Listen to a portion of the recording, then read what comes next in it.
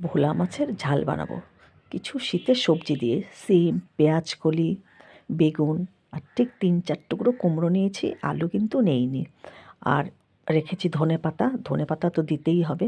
তো যাই মাছটাকে আগে একটু কেটে ধুয়ে পরিষ্কার করে নিয়ে আসি। আর এদিকে একটা মশলা বানাবো। মশলায় নেব সামান্য একটু জিরে, ধনে, একটা পেঁয়াজ, একটা টমেটো আর কয়েকটা কাঁচা লঙ্কা, সামান্য একটু আদা। মাছটাকে কাটা হয়ে গেছে, কেটে ধুয়ে নিয়ে এসেছি। এবার নুন, হলুদ আর একটু পাতিলেবুর রস মিশিয়ে রেখে দিয়েছি। এবার তেল কড়াইয়ে দিয়ে গ্যাসে বসিয়ে দিয়েছি। তেলটা খুব ভালো কিন্তু গরম হয়ে গেছে।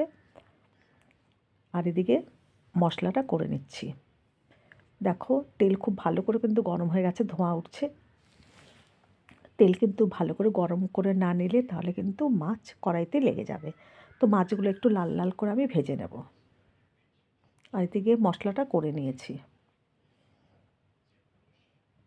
এক পিঠ হয়ে গেছে, বাকি পিঠটা উল্টিয়ে দেবো আরেক পিঠ।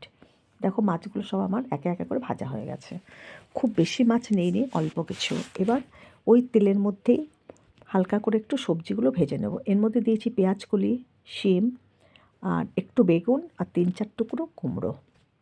আলুটা আজকে আর ব্যবহার করিনি, সামান্য একটু নুন দিয়ে দিলাম। এবার ভালো করে একটু ভেজে নেব, বেশি যেন লাল হয়ে না যায়, হালকা করে ভেজে তুলে নেব। আর এদিকে জিরে ধনের সব মশলাটা করে নিয়ে আসছি। পেঁয়াজ টমেটো সব দিয়ে নিচ্ছি। আর ৩-৪ কোয়া কিন্তু আমি রসুনও ব্যবহার করেছি। সামান্য একটু হলুদও দিয়ে দিলাম সবজি ভাজার সময়। আর নুন তো আগেই দিয়েছি। তো যাই হোক, সবজিটা দেখো হালকা ভাজা হয়ে গেছে। এবার একটু তেলটা ছেঁকে ছেঁকে সবজিগুলোকে তুলে নেব। দেখো সবজির গায়ে কিন্তু অনেক তেল লেগে রয়েছে। তো মশলাটা করে নিয়ে আসলাম। এইবার ওই তেলের মধ্যেই কালো জিরে, একটা শুকনো লঙ্কা ফাটিয়ে দিয়ে দিলাম।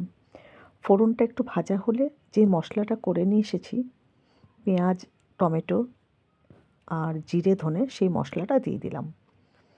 এবার খুব ভালো করে কিন্তু মশলাটা কষাতে হবে। যতক্ষণ না মশলার গা থেকে তেল ছেড়ে আসছে ততক্ষণ পর্যন্ত কিন্তু কষিয়ে যাব। এর মধ্যে এখন পরিমাণ মতন হলুদ, নুন আর একটু কাশ্মীরি লঙ্কার গুঁড়ো দেবো রঙ হওয়ার জন্য। আমি কিন্তু শুকনো লঙ্কার গুঁড়ো ব্যবহার করব না, শুধু কালারটা ভালো আসার জন্য একটু কাশ্মীরি লঙ্কার গুঁড়ো দেবো। আর খুব ভালো করে কিন্তু আমি মশলাটা কষাতে থাকবো। খুব ভালো করে কষা হয়ে গেলে পরে ভেজে রাখা যে সবজিটা, সেটা এর মধ্যে দিয়ে আবারও একটু কষিয়ে নেব। দেখো কষা কিন্তু প্রায় হয়ে এসেছে, একেবারে মশলাটা কষিয়ে নিয়েছি খুব ভালো করে। এবার এর মধ্যে সামান্য একটু জল দিয়ে মশলাটাকে একটু কাদা কাদা করে তারপর এর মধ্যে সবজিটা দিয়ে দেবো। সবজিটা তো হালকা ভাজাই আছে, মশলাটার মধ্যে দিয়ে আর একটু নেড়ে চেড়ে ভালো করে কষিয়ে নেব।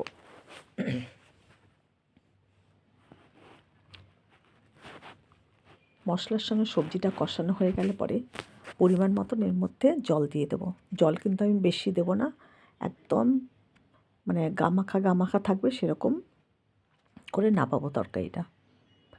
তো দেখো আর একটু সামান্য জল দেবো যেন সমস্ত কিছু ভালো করে ফুটে যায়। মাছগুলোও দেওয়া হবে, সবজির সঙ্গে মাছগুলো দিয়ে ভালো করে একটু ফুটিয়ে নাড়িয়ে চাড়িয়ে নিলে ধনেপাতা দিয়ে নামিয়ে নেব। আর কিন্তু আমি জলের মধ্যে দেবো না, এই দেখো অল্প জল দিয়েছি। আর এই জলটা কিছুটা শুকিয়ে গেলে পরে, একদম গামাখা গামাখা হয়ে গেলে পরে তারপর ধনেপাতা দিয়ে নামিয়ে নেব। তো মাছগুলো সব এর মধ্যে দিয়ে দিলাম। এবার কিছুক্ষণ ফুটতে দিতে হবে। জলটা কিছুটা কমে আসলেই ধনেপাতা দিয়ে নামিয়ে নেব। তাহলেই কিন্তু ভোলা মাছের ঝাল খুব ভালো লাগবে খেতে। কারা কারা এইভাবে সবজি দিয়ে ভোলা মাছের ঝাল খেতে ভালোবাসো অবশ্যই জানাবে। আর ভালো লাগলে চ্যানেলটা সাবস্ক্রাইব করো। আর এই যে ধনেপাতা কেটে রেখেছে, এবার ওপর দিয়ে একটু দেখো জলটা কিন্তু অনেকটা মরে গেছে।